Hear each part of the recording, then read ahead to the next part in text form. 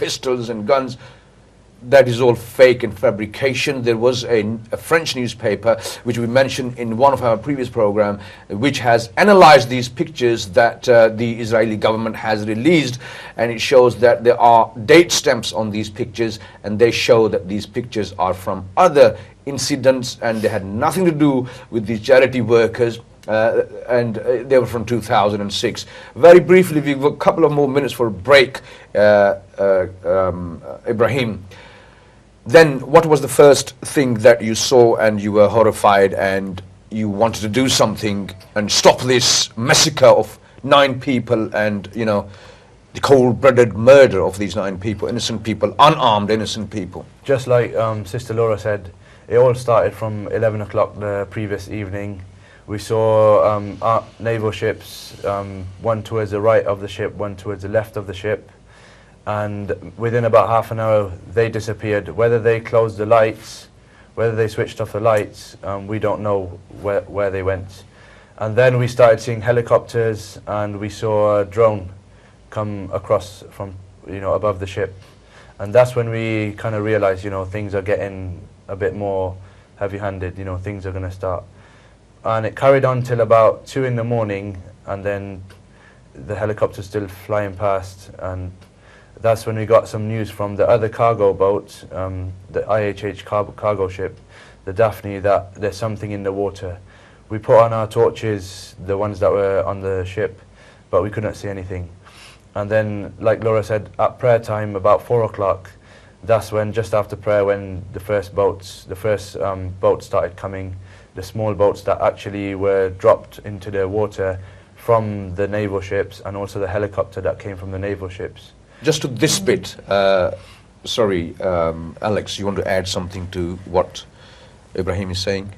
We're going to go for a short break, very quickly, very briefly. Anything else that he's missed out, something from here? No, I think we'll talk about the attack afterwards. Okay, Laura? I was downstairs. The women's quarters were on the 5th deck, the lowest deck, and we were asked to stay there.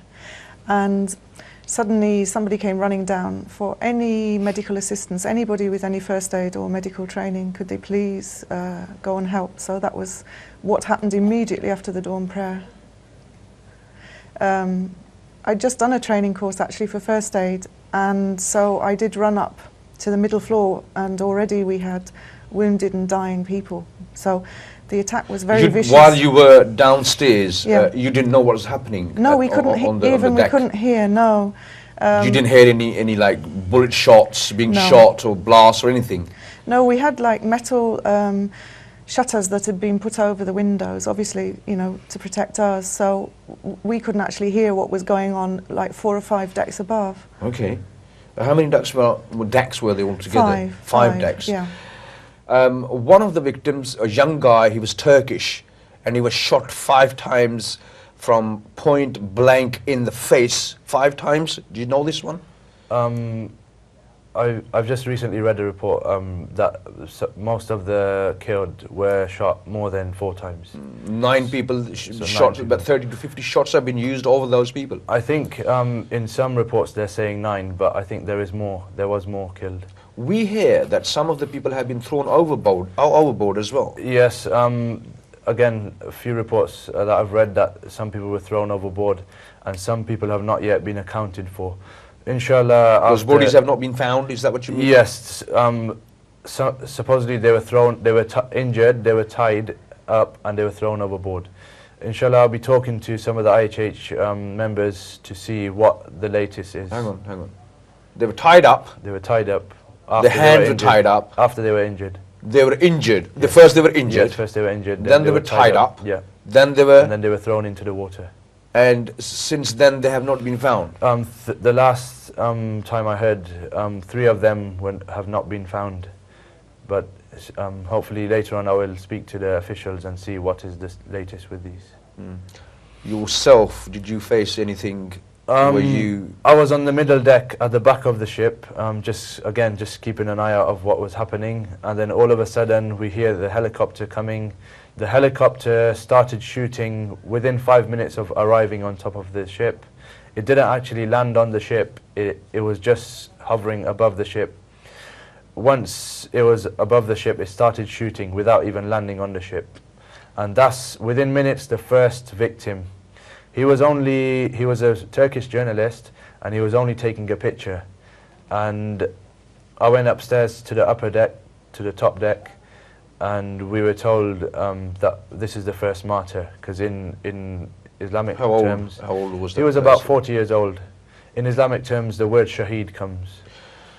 Alex, another thing we hear from the Israeli government is that these people had planned everything, and they already had planned that they're going to go out there and they're going to cause problem and they'll be killed by the Israeli army and they'll be martyrs.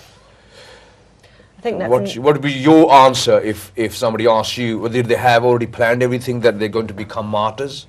It's patently ridiculous. If the Israelis really thought that they would be facing an armed or organised response for us, I don't think that they would have dropped individual soldiers onto the boat. I think if they really thought that we were violent, they'd have shot us from a distance. They'd probably have blown up the ship before exactly. coming even near to a the ridiculous ship. suggestion. And it's also an insult to the port authorities in every country that we left it from, because our boats were thoroughly searched and inspected in the same way that you would be getting on an aeroplane. We went through the exact same kind of embarkation controls.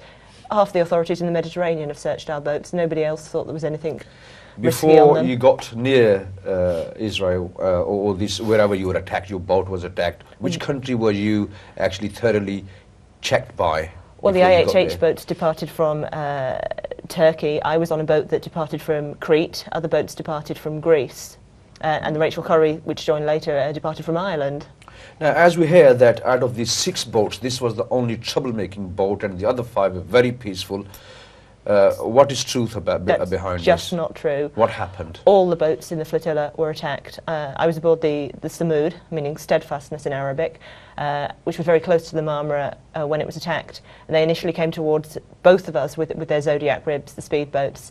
They then brought the helicopter down on the Marmara, and as we pulled away, they then started, charging us with a warship that started coming at us repeatedly at high speed and then swerving around us as though to ram us.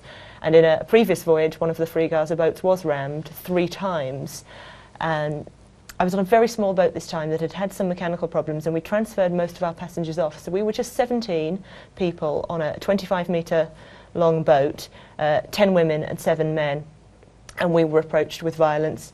Not lethal force, but when the Zodiac ribs, the small speedboats carrying the armed masked commandos, when they came for us, they began shooting with rubber bullets before they even got on board. All the women on the lower decks were injured with the rubber bullets. One was hit in the face by a sound bomb, and her nose was burned. These and are the broken. passengers on the boats that the Israeli government said that they were the peaceful boats. Yes, But these have were been the boats attacked where as they well. said that they didn't use force on us. They used violent force. The women had many of the women had their hands clipped behind their backs. Women had their hands tied young up women on the pushed back. face down in the broken glass. They broke all the glass on the boat. 2 women were hooded, and the professional journalists we had on board were tasered.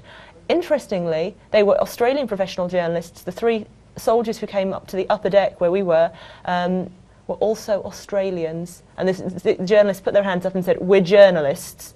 And the Australian Israeli soldiers said, "We know exactly who you are," and zapped them with the tasers. So of course it wasn't violent.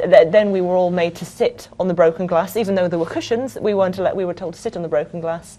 The passengers were abused and humiliated and pushed around. One of our elderly passengers was refused to be allowed to go to the toilet and was told to do it on himself. And to humiliate an 80-year-old man like that is appalling. An 80-year-old man.